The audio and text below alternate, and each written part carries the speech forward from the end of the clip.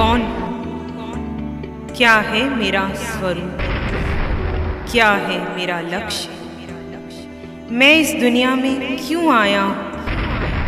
कैसे मैं अपना जीवन जीऊँ? मुझ में भरा है ज्ञान भंडार, आदि मध्य और अंत का सार।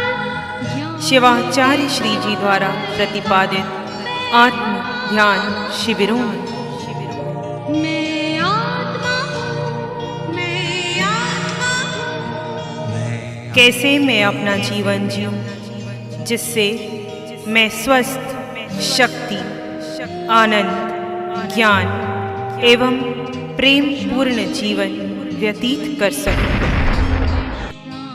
आत्म ध्यान आपको बहिरात्मा से अंतरात्मा और अंतरात्मा से परमात्मा बना सकता है। मैं आत्मा हूँ, मैं आत्मा हूँ। मैं आत्मा हूँ। मैं आत्मा हूँ। भगवान ने फरमाया कि सुनना सबके लिए श्रेयकार होता है। सुनने से ही धर्म का, अधर्म का, पुण्य का, पाप का, सत्य का, असत्य का बोध होता है। उसी वाणी को सुनने के लिए कौन जाता है?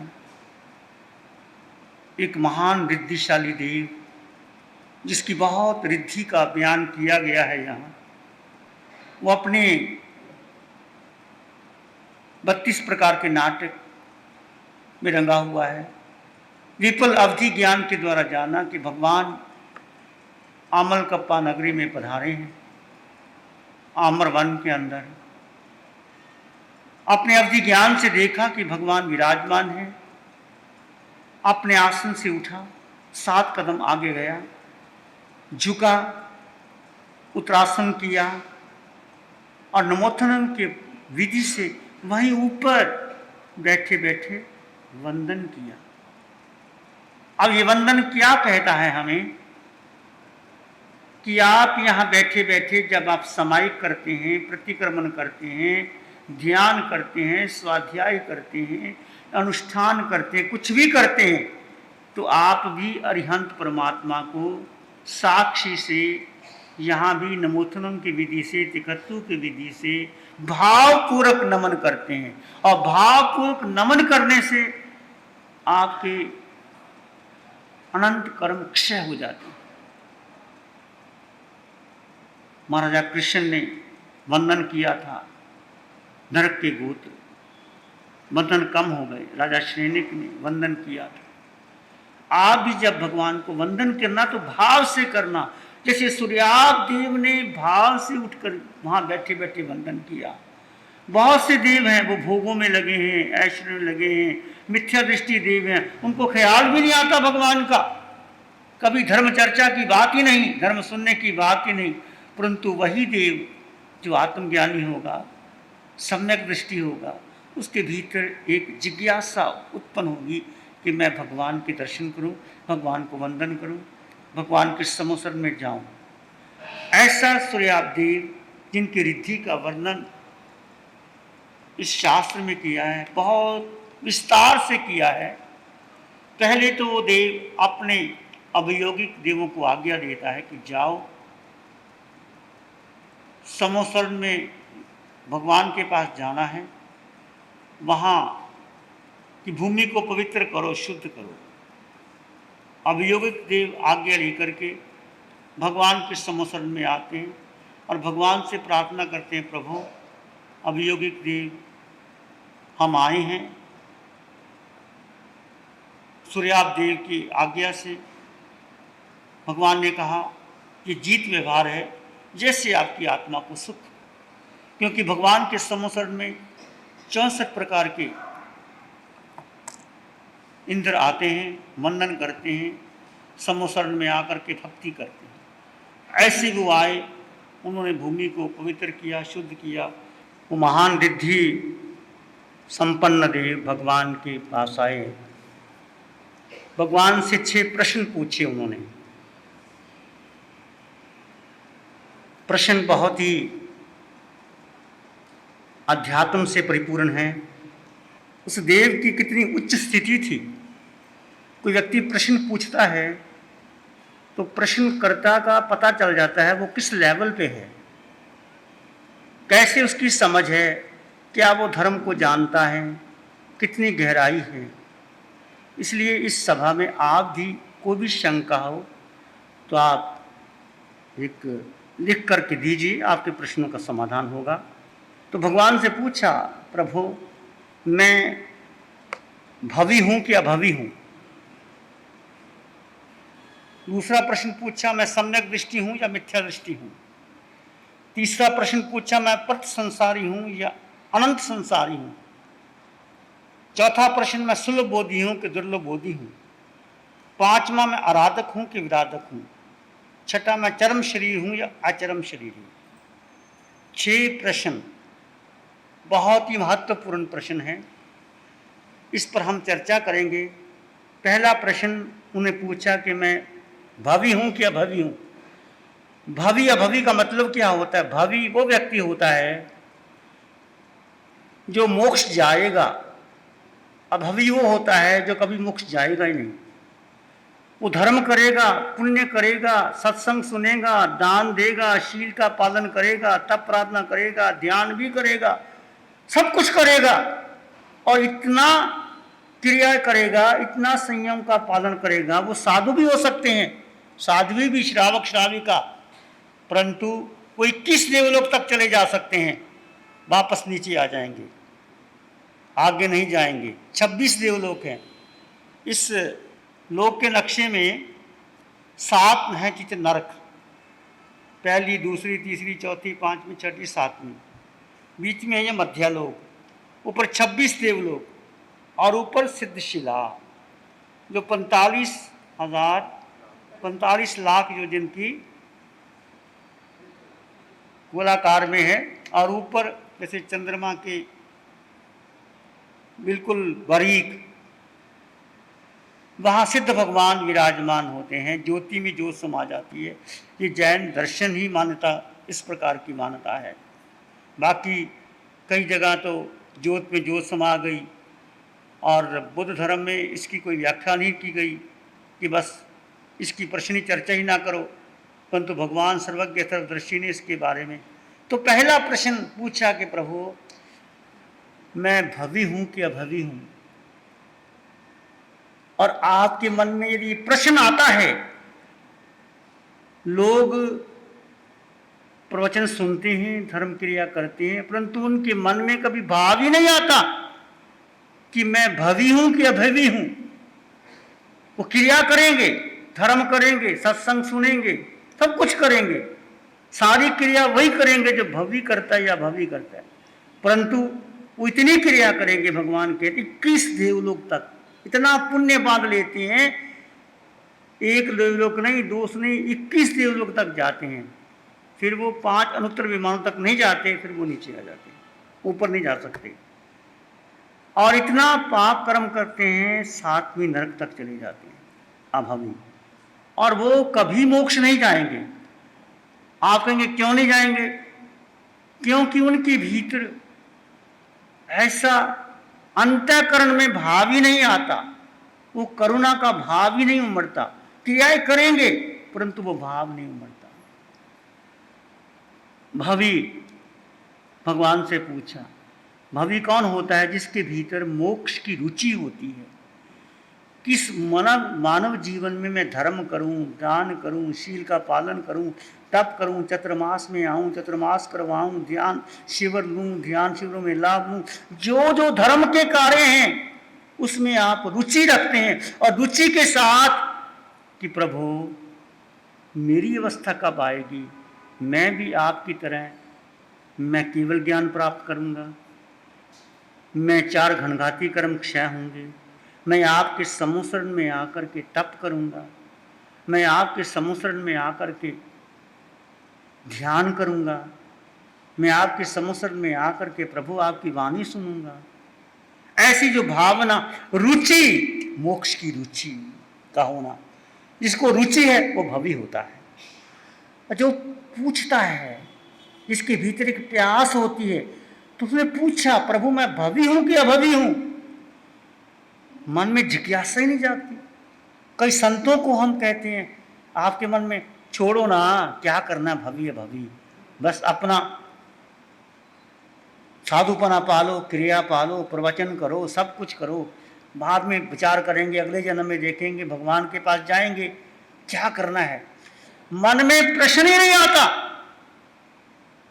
यदि आप श्रावक श्राविका हो, आप साधु, हम साधु साधियां, आपके मन में ये भाव आता है कि मैं भवी हूं या अभवी हूं, इसका मतलब आपके भीतर मोक्ष की रुचि है, आपके भीतर वो बीज है तो वृक्ष बन सकता है, आपके भीतर केवल ज्ञान प्राप्त करने की शक्ति है, आपके भीतर अनंत सुख को प्राप्त करने की शक्ति है। कितने देव देवियां अपार रिद्धि सिद्धि आप देखिए कि कितने उनके पास हैं, परंतु फिर भी 4000 समानिक देव, 4000 अग्रमहिष्य देव, 3 परिषद, 16,000 आत्म रक्षक देव और बहुत रिद्धि सिद्धि ईमान में भरा हुआ, और वहां आके वंदन की, और वंदन करके नाटक दिखाने के बाद पूछा प्रभु मैं भवी हूं कि अभवी हूं। तो आप भी जब यहां प्रवचन में आओ, एक प्यास लेके आओ, इस जीवन में प्रभु मेरे भीतर मोक्ष की रुचि जागे, मुझे आत्मदृष्टि मिले, मुझे आत्म साधना मिले, मैं खूब धर्म कर सकूं जिससे मेरे निकाचित कर्म टूट जाएं और मैं मोक्ष के द्वार तक पहुंच जाऊं। यदि ये प्यास आपकी है तो निश्चित आपको प्राप्त होगा, सिद्धालय प्राप्त होगा। प्यास ही नहीं, बुझे बुझे कूने कूने, कोई क्रिया में उलझ जाए, कोई ज्ञान में उलझ जाए, कोई छोटी छोटी बातों में उलझ जाए, कोई प्रतिष्ठा में उलझ जाए, कोई बात भावना में, प्रदर्शना में, प्रभावना में उलझा है, परंतु सच्ची आत्मदृष्टि की प्यास जो भवी होगा उसकी होगी, जो अभवी होगा उसके भीतर ये भाव ही नहीं उठेगा। तो आप लोगों के भीतर भाव उठा है कि मैं भवी हूं कि अभवी हूं, मैं तो नहीं बता सकता, ये तो केवल ज्ञानी बताएंगे, पर क्या आपके भीतर कभी भाव उठा है कि मैं कभी समुद्र में जाऊं और भगवान से पूछूं प्रभु आप भवी हैं कि अभवी? आप पूछना भगवान के समुद्र में, और आप और मैं बहुत बार गए हैं समुद्र में, ऐसी बात नहीं कि नहीं, समुद्र में भगवान की देशना भी सुनी, वहां साधु भी बने, क्रिया भी की, धर्म भी किया, परंतु ये प्यास नहीं पैदा हुई कि मुझे मोक्ष जाना है। मोक्ष की रुचि किसमें है? समोसा खाने में। रुचि किसमें है? बढ़िया भोजन मिल जाए, नाश्ता बढ़िया हो। रुचि किसमें है? पिक्चर देखने में। रुचि किसमें है? घूमने में। रुचि किसमें है? पहलगाम जाने में, कश्मीर जाने में। रुचि किसमें है? हीरे जवाहरात में है। रुचि किसमें है? आभूषणों में है। रुचि किसमें है? फैक्ट्री लग जाए। रुचि किसमें? बेटी की शादी हो जाए। अरे तुम्हारी बेटी होगी, बेटा होगा, शादी हो जाएगी, तुमने क्या लेना देना। तो लोग कुछ शादी कराने में लगे हुए। श्रावक का कर्तव्य बनता है कि अपने बेटा बेटी का तो शादी करवाए, परंतु किसी और की शादी कराने में बहुत कर्मों का बंधन होता है। वो जाने, उनका काम जाने। तुम किसी को प्रेरणा दो ध्यान शिविर में आने की, प्रेरणा दो प्रवचन में आने की, प्रेरणा दो तप करने की, प्रेरणा दो दान देने की, और यहाँ इस सभा में दिया गया दान आपका सफल होगा। जो भी यहाँ संघ कार्य कर रहा है, ये भवन का निर्माण किया इन्होंने, पहले भवन की क्या स्थिति थी और क्या स्थिति हो गई, आप बैठे हैं, तो ये आपका दिया गया दान, पुण्य अनुबंधी पुण्य, आपका दिया गया दान। यहाँ भोजन में, यहाँ ध्यान शिविर लगेंगे, यहाँ तपस्याएं होंगी, वो दिया गया दान आपका और भाव किस भाव से देते हैं? ये नहीं कि मेरा नाम हो जाए, लिखो 11 लाख 21 लाख, नहीं।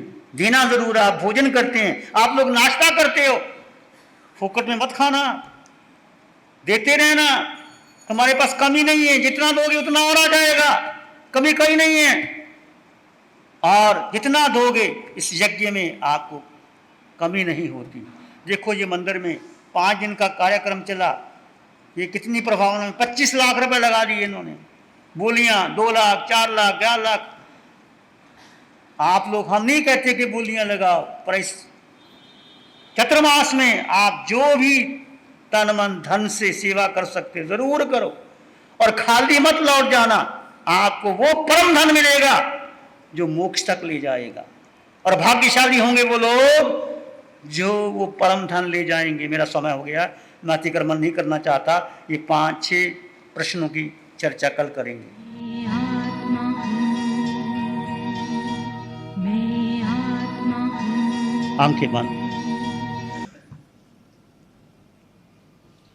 मन वचन काया शांत, शरीर शांत, विचार शांत।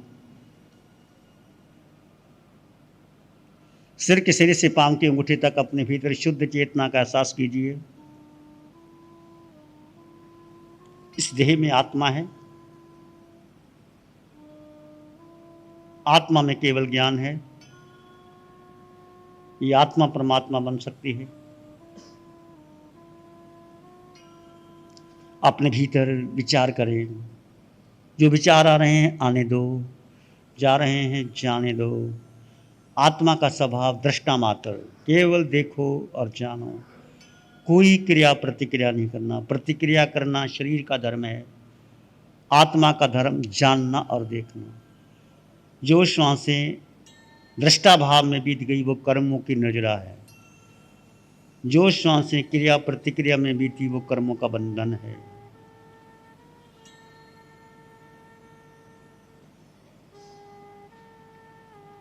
अपने भीतर गहरे गहरे चले जाएं, शांत मौन।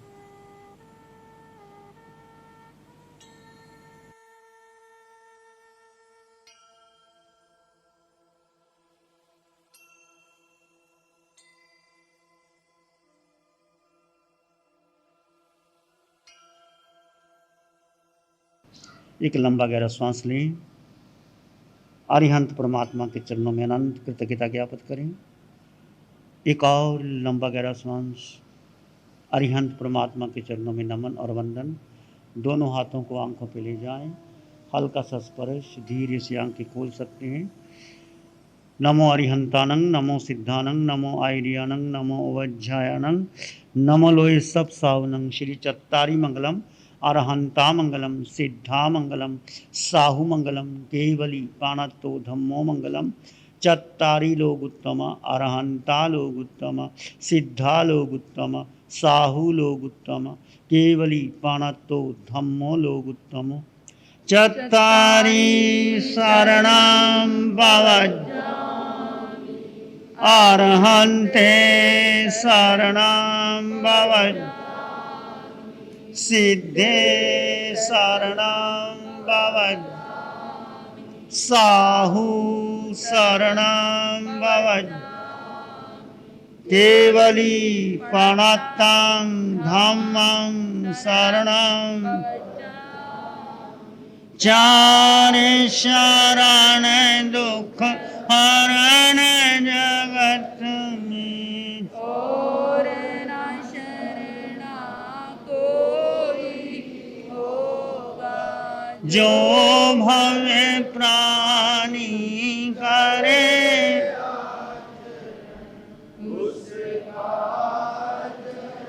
अमर पद होगा, उसका सदा ही मंगल